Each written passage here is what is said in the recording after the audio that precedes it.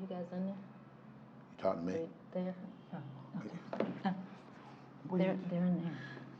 Of course they're there. Right there. Of course they're there, babe. Where? Check 2. Yeah, we're on. Check, All right, check. listen, y'all. We're we're back. It's part 2. We've been talking about from I do to I learn. Give us a minute. We'll be back right after this.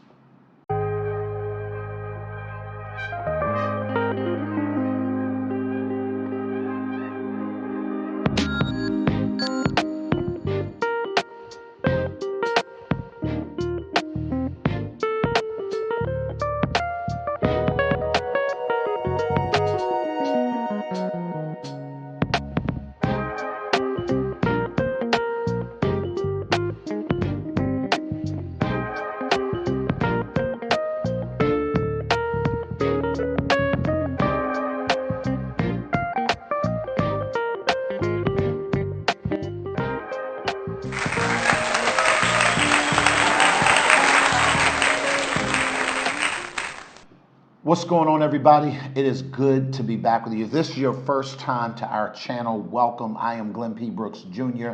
I'm an author, I'm a coach, I am a speaker, and sitting next to me is the lovely light-skinned Cherie A. Brooks Jr., author, speaker, and relationship coach. Hey guys, make sure you click the like and subscribe button so that you can get updates on when our new episodes are released. Yep, we try to upload them every Thursday, but there are times we go live sporadically, and you'll get the notifications for that.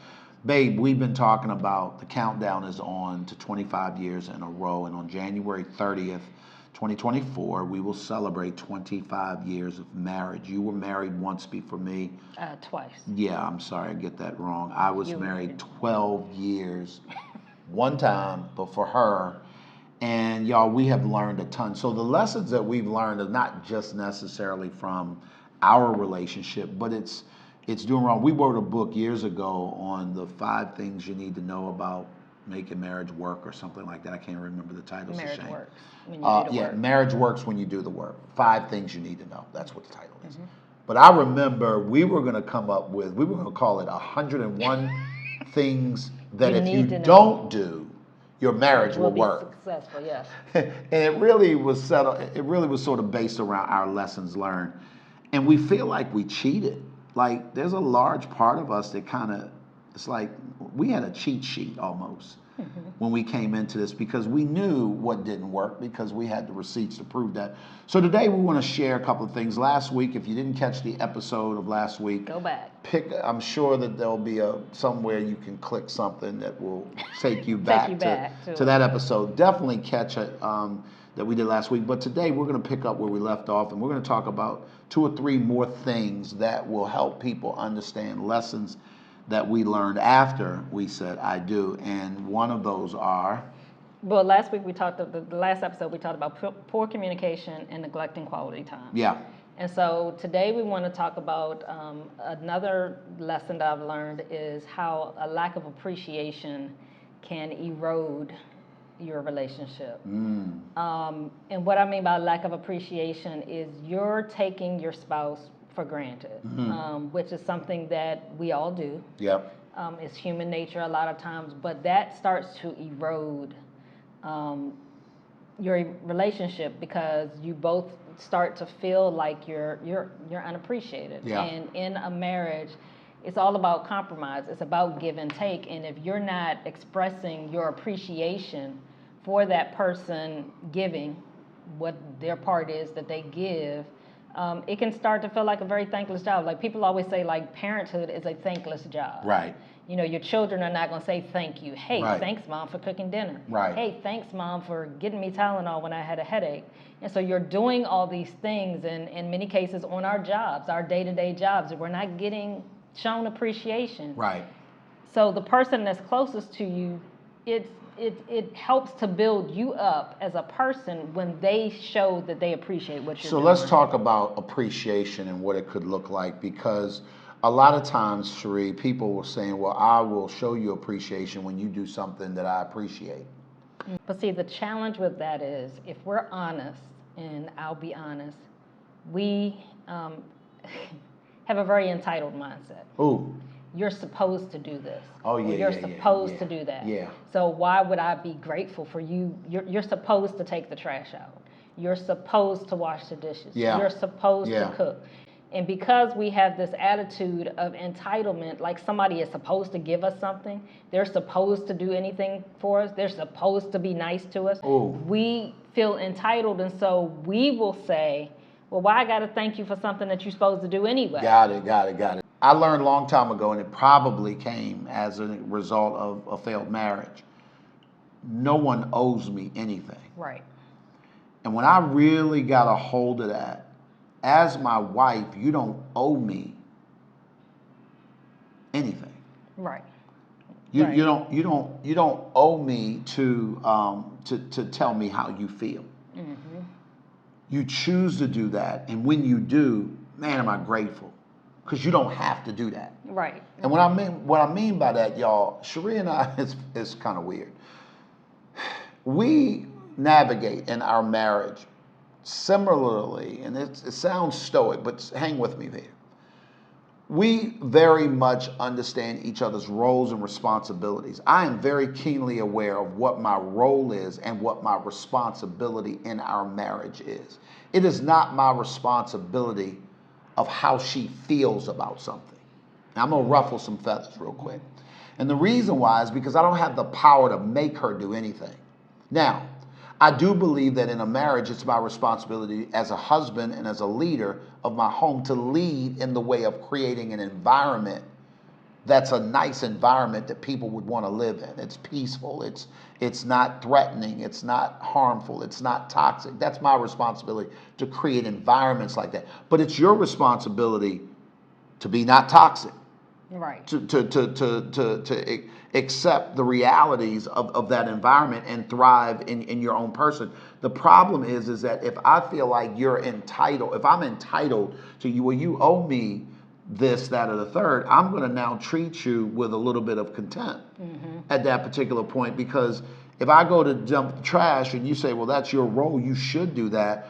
Well, I should, but I could choose not to. Right. And I'm going to flip this just a little bit. So every day you choose to love your spouse. It's a choice. Love is a choice. Love is not about the feeling, because the feeling, if you're basing your whole relationship on them butterflies that you feel, just wait. Yeah, Just wait. that's going to come and go That over the fades. course of time. Absolutely. You choose every day when you get up to love your spouse.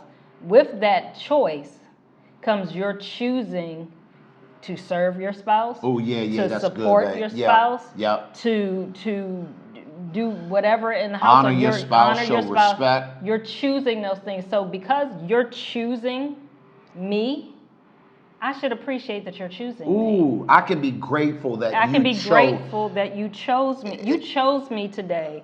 You chose to think about me enough today to come home and take the trash out. Wow, because you could have chose to do something else. Because you know that it makes me feel better when the house is clean. It smells clean. It smells clean. So you chose to think about me. Right. To do that, because let's be honest, that may not mean nothing to you. And if I'm honest, when you think about the things that you're appreciative, that you should be appreciative, are the things, and I'll say they're sacrifices that your spouse makes for you because they're concerned about you. So Cherie, that is huge. For Glenn, the trash could build up back there in that back room until the smell is coming out here. Yeah, back there behind that glass door. Back there is the trash room. All the way back. It could pile up back there because it doesn't bother him. I have a very sensitive nose. As soon as I walk in the door, I'm going to smell it. But because he knows that about me, because he knows that makes me uncomfortable, he chooses to think about me and he chooses to take the trash out. So because he does that, I should show that I'm appreciative that he chose me. He chose to be concerned about, he chose to prefer me. That's over his own feelings. And so for that, I should be appreciative. When we look at our relationships from the position of them choosing us, or me choosing to do something for them, me choosing to love them versus they're entitled, they owe me, they should, I can now be grateful because you actually made a choice. You It was know- a conscious, subconscious. Yep. It was a decision. Yep. It was a decision that you made to come straight home from work, come in the kitchen and stand and talk to me while I'm cooking dinner. Cherie, that kind of, and I hope y'all get that, because I want to build on that.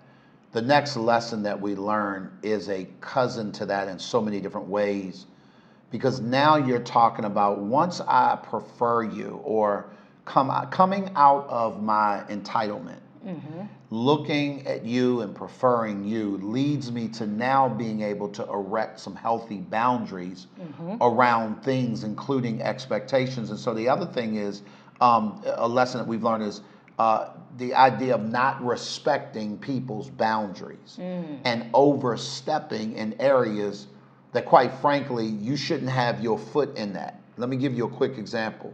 When we talk about boundaries, we're talking about a demarcation line where my responsibilities start and yours end. Think of a property line. You have a responsibility for what's in the confines of your property line. If your neighbor's tree grows up and sticks over your property line because the tree is in their yard, it is their responsibility to be. Now, if you cut what's over in your yard, we got an issue here, because their tree has cut over the boundary of your property line. And so now, if they don't take responsibility, you do. Here's what I do realize in relationships all the time. What oftentimes we find ourselves in situations taking responsibility for stuff that ain't our problem.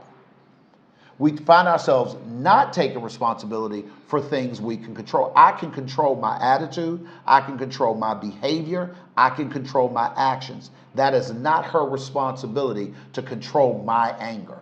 Does that make sense? And I think that whenever boundaries are loosely understood in relationships, because of the close confines, what you share, your house, where y'all live, the things that you share, your bed, you automatically believe that I don't have to respect your boundaries.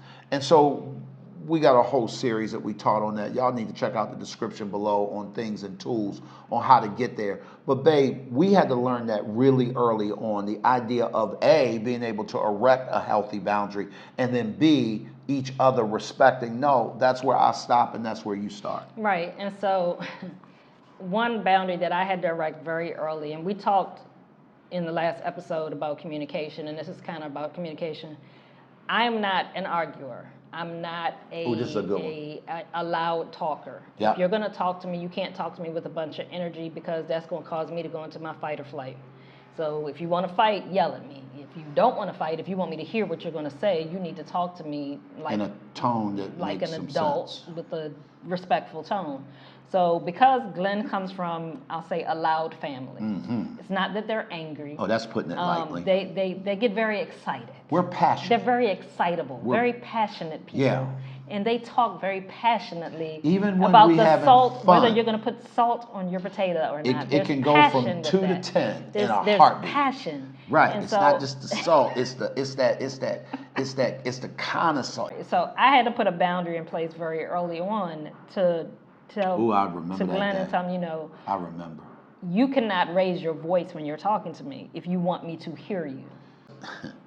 Most people, when they say what she just said, stop yelling at me. And that's it. Don't raise your voice at me.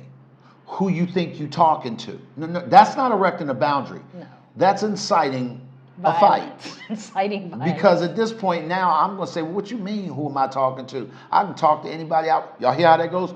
What she said was, and let's reverse it for a second. Hey, babe, just want to share something with you. You're talking, and you seem really passionate about what you're saying. Your voice is clearly elevated.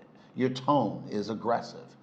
If you want me to, you using your hands. We would be at the stoplight. Oh God. And I'd be talking to something that I'm passionate about. I'd be like, "Man, put your but hands my hands are flailing. I'm like, put your hands down. And the people at the next thing, they looking at her like, oh my God, are you okay? Are you okay? You need help? Should I call them? Should I Call the them? authorities. The authorities? Like they looking for a sign that says, help me, Right. I'm in trouble. No, I was being passionate. But Cherie told me earlier on, if you want to hear me, hear the pattern. If you want me to hear you. If you want me to hear you, you just calm down? Calm down, guys. Back Calm when down, our calm now down. middle granddaughter Calm was down, 2, guys. Calm down, she guys. used to always say, calm down, guys, calm down. And so Cherie taught me that. And I would say, you taught me that because I can be passionate with others who don't have a boundary around that. Right. And my voice and tone, i.e., Go and put me in the room with any of my sisters. yes, and I will. And leave I got the room, 7 of them. and I'll leave the room. Cherie will just kindly leave the room, enforcing Or one of you her and your daughter. boundaries. You and our daughter. Me and my daughter. Y'all Me and get- my son, y'all depending get- on what day it is. Y'all get to going. I'm just like. She will okay. kindly separate herself from me because she's honoring her own boundary in the sense of, I'm not I engaged in can the no conversation. longer take this because it's just too much. The biggest lesson that we learn is when you don't respect that, you invite violence. You invite issues because now what you're really doing, babe, you're really saying, I don't have any regard for you. Right. Right. What I'm really saying is, yeah, I hear you, but I don't care. Right. Right. And I'd rather do me than honor you. And I'd like to ask you a question. When's the last time that worked in a relationship? Huh? Tell me now. Huh? Inquiry minds want to know. Huh? When's the last time that worked? It don't. And so if you want the relationship to actually grow, you're going to need to honor when that person puts up a boundary. You know, a no means no. A line means I don't like this and I would rather you treat me some other kind of way. Why you moaning, babe? Just that no means no. Just triggered something. So this, when boy. it comes to boundaries in marriage, no means no. So if your spouse tells you they don't want you to do something or they don't want to do something, don't manipulate them. Uh-oh. Don't guilt them into doing something that you want them to do. We going here? Yes, we're going here. Oh, Don't manipulate them. Babe, we got another one we need to I fit in know. before the show is over. And this, this can be, you want to go to Disney and they don't want to go to Disney, and now you going to pout. Guilt and them you're going to guilt them. We got to run the playback. We If- got to run the playback now because you go in there. Give them an example. Give them something as example because married couples go through this all the time. You want to watch this show, she want to watch that show. You want to go to this restaurant, she wants to go to this restaurant. You feel like having sex, she don't feel like having sex. So you want to go there? Let's go. Okay, so Let's go. early on in our marriage, Year 1 or 2 probably. yeah, very early on in our marriage. Now, full disclosure, prior to us getting married, we were sexually active. Yeah. Like rabbits. Yeah. So let's put So that for all out my there. saved people that love Jesus, we was fornicating. Oh, Lord Jesus. Yes, we was. Yes, we was. Okay. Anywho, so We was kind of proud of it. We shouldn't have been. We should have been convicted by it. But okay. I'm sorry. I was convicted. I He was wasn't not. convicted. It was. Anyway, Sorry. so early on in our marriage, and I had also experienced this, and We here now. I had experienced this same thing in my previous marriages, Okay. where my husband wanted to be physically intimate, and for whatever reason, whether it was something physically going on with me or I just didn't want to, Right. and they would resort to manipulation, shaming me, guilting me, begging, threatening to some degree, I guess. Right, like- if you don't, ultimatums like Right, if right. you don't do this, I'm gonna do that. right. It was a sign of immaturity. Yep. Number one, on their part. Yep. His part.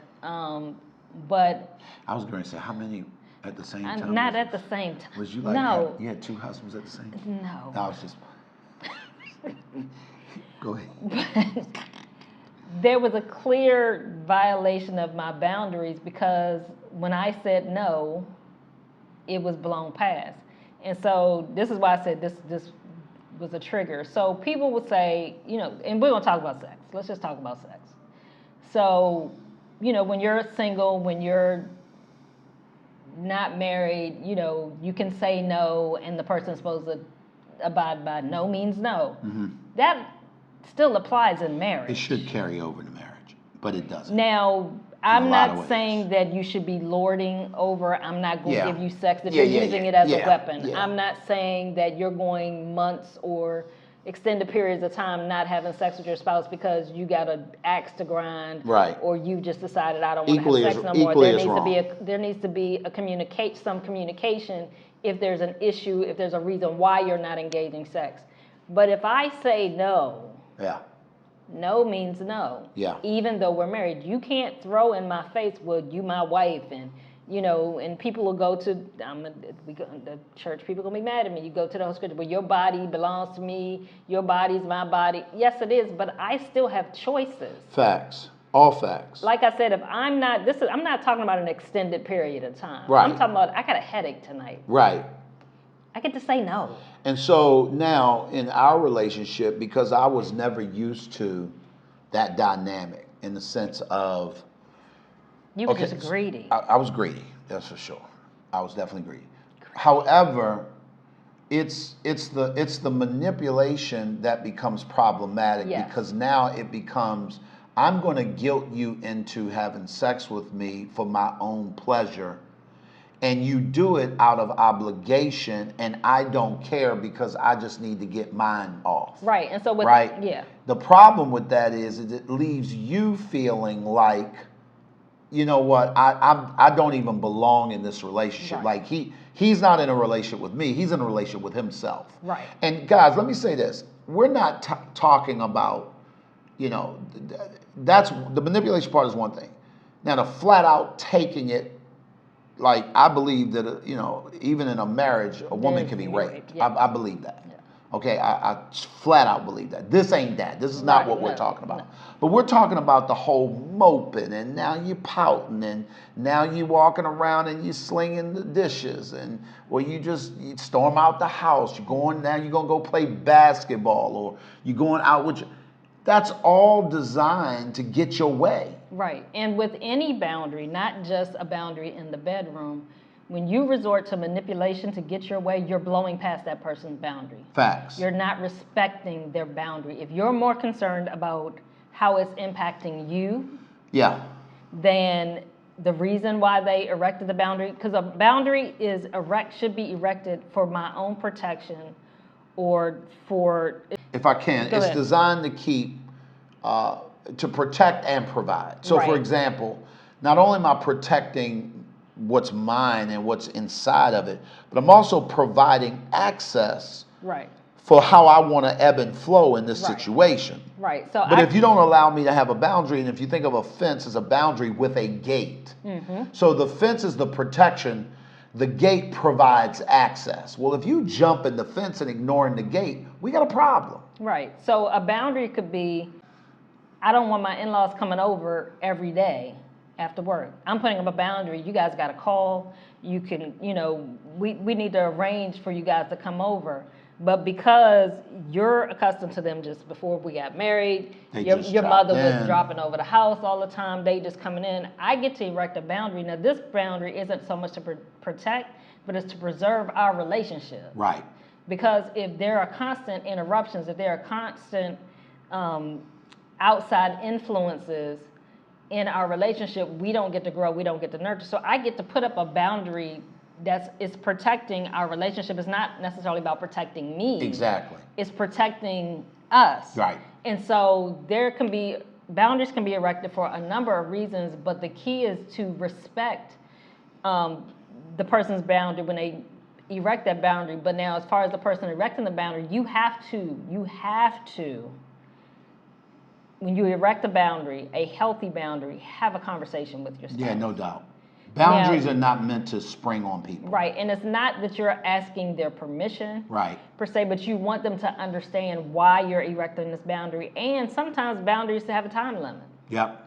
It's for this period of time. During this season, I need to erect this boundary. During this season, I'm not going to be able to go out and hang out with our friends because we're doing these extra things because I'm trying to finish my degree right now.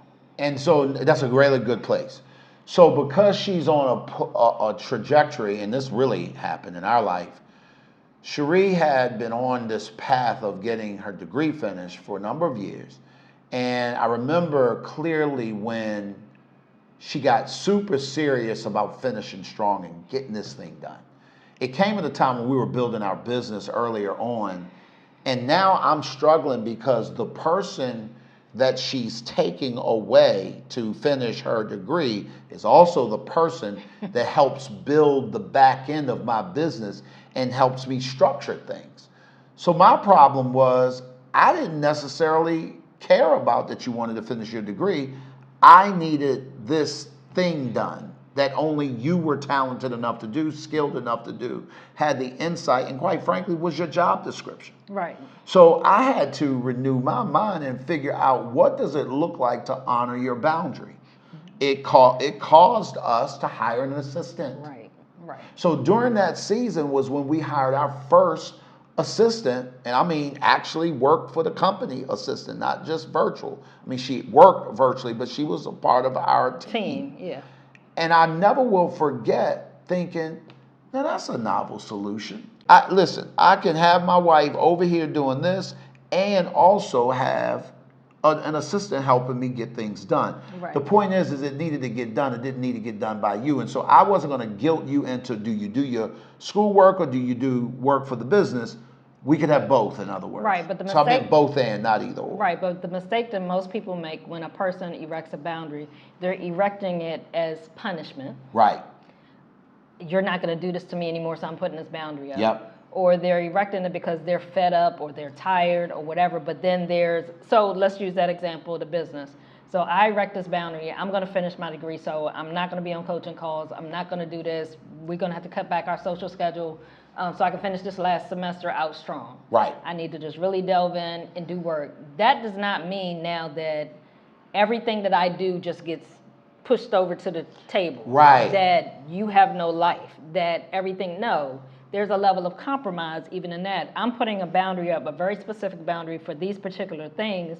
I'm bringing in help to pick up the pieces where things need to get done.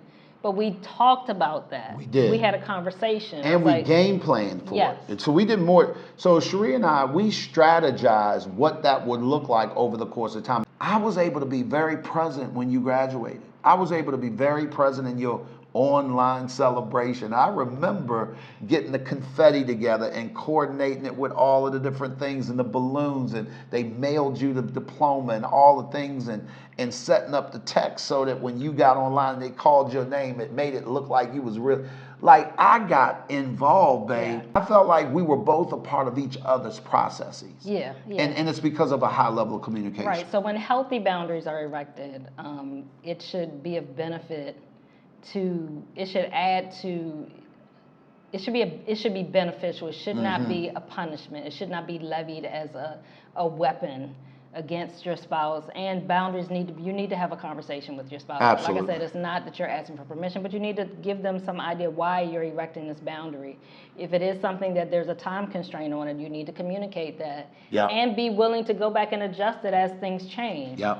Don't wait until you get completely frustrated about everything in life and just throw up this hard boundary. I'm not talking to nobody. Right. I'm on strike. I'm not cooking no more. Ooh. So there's no conversation. So there's no, let's come up with a game plan. You guys cook 3 days a week. I'll cook Absolutely. 1 day a week. You just throw up a boundary. Now your kids eating. No, so that's when I begin. That's when I begin to say that this is not a boundary you're throwing up. This is a wall. Right. See, a brick wall and a fence are two different things. One is designed for you not to scale. The other one isn't. One is designed for you not to gain entrance. The other one isn't. One is designed to be porous, the fence. It can breathe. The concrete wall doesn't breathe. And so I want y'all to stop with the whole erecting the walls and calling them boundaries when really you're trying to safeguard yourself against something. A lesson I learned about erecting boundaries was before you and I got married. In my first 2 relationships, I threw up walls. I did not know how to erect healthy boundaries, which was why both of those relationships ended. Because when I got frustrated, when I got fed up, I just erected a wall. And you were on one side of the wall, I was on the other side of the wall, which led to us walking apart from each other. Right. So when you erect boundaries, make sure that it's not a wall, that there is an access point for the relationship, whatever the issue is. So it may have been something happened in the relationship. There could have been infidelity in the relationship, and you're putting up a boundary due to that. if your goal is for you guys to work through it and reconcile, it has to be a healthy boundary where there's access. Correct. If you are just throwing up a wall and saying I'm done, say that. That's not a boundary. And be done, because that at that particular point, Right. a boundary is that I now want to have access to your phone. Right. That's a boundary. Right. Right? I now want to be able to ask you to be home by 10 o'clock every night, because you recognize that the way this affair went down is that, quote, I'm working late at the office, don't wait up for me. Right. A boundary is that I reserve the right to call you at any time, and if you don't answer, you have a certain amount of time to respond to me, because a trust has been broken. Right. And it needs to be rebuilt. Walls says, you know what, listen, I did it, I'm sorry, but you can't have access to nothing I got. A wall says, I did it, my bad, we'll work through it, but I'm not going to counseling. You get what I'm saying? So at that particular point, the thing is over. Right. Like it's straight over. So you should make your decisions accordingly. With that being said, we got to go to this last one: ignoring or invalidating feelings. Now, we could probably talk for an hour on this alone. We're not going to for the sake of time. But I want to say something just for my fellas in the room, because oftentimes our culture and our society has duped us into believing that somehow our feelings don't matter, right? As a matter of fact, to even have or acknowledge them denotes a sign of weakness, denotes that you are somehow less than because you feel how you feel about a certain thing. People who I coach with often know that I do not like the terminology, you're making me feel some type of way. And the reason why is because some type of way is ambiguous. It has no definition to it. I need you to be able to, and this takes skill, you have to learn to do this. You need to go to a great counselor. You need to get a good coach. You need to really get to know you and invest in you to be able to learn how to do this. But you're going to have to get in touch with what it is that you're feeling and how do I express it.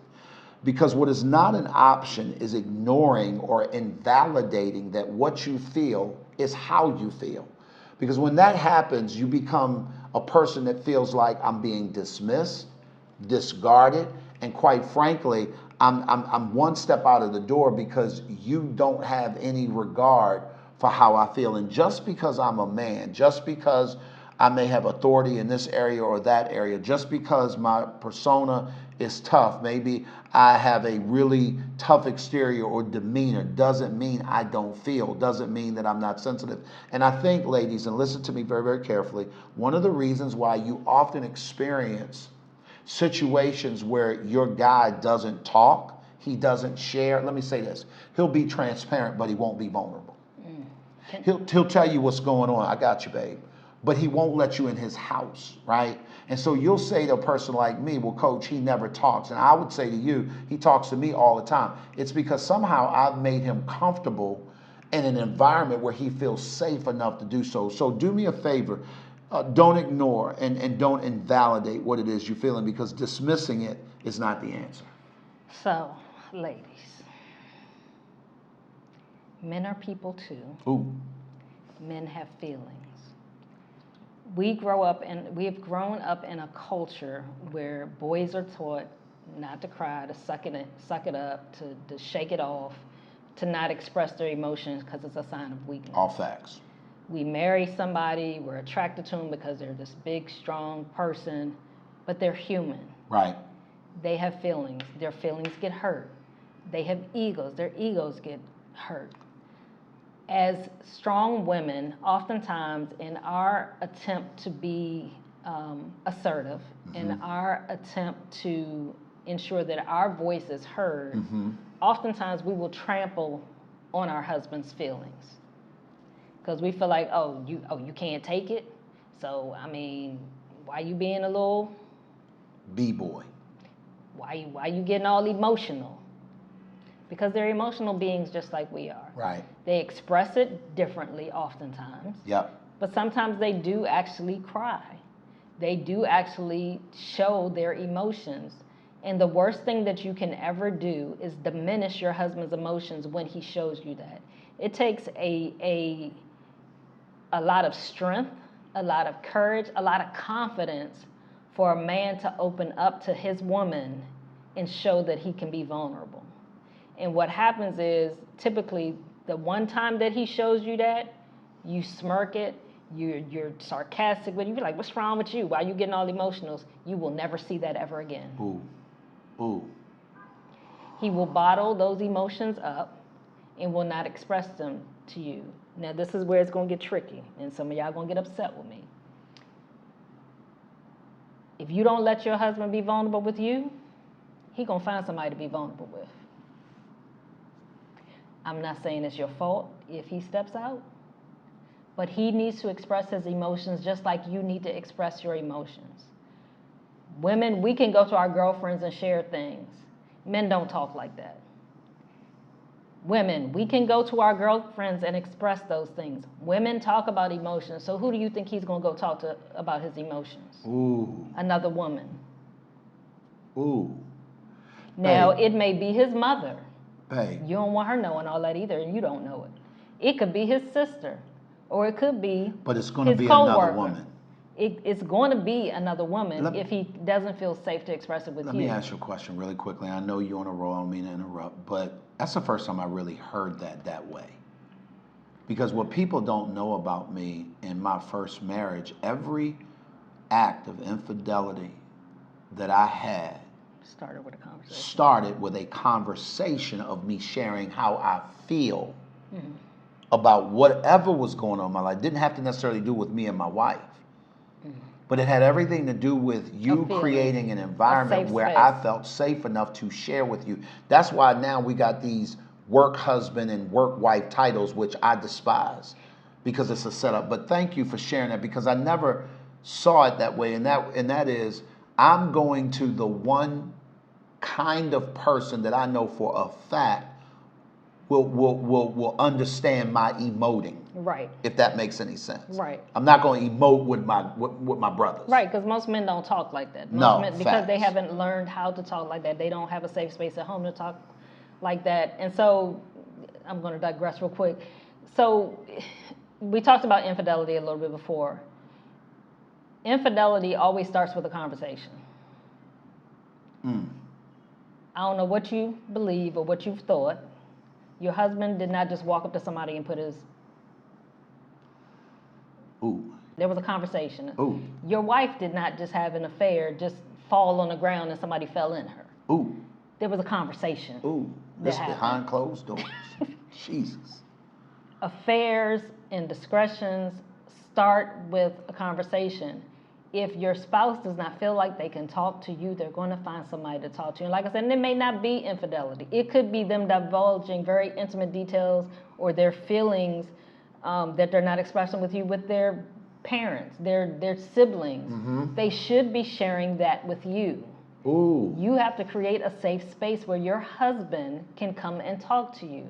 You can't look at him cross-eyed if his eyes start to water up when he's sharing something with you, or his voice is shaking, or he's talking about something that you feel, oh, you being all sensitive. No, he's not being sensitive. He's being human.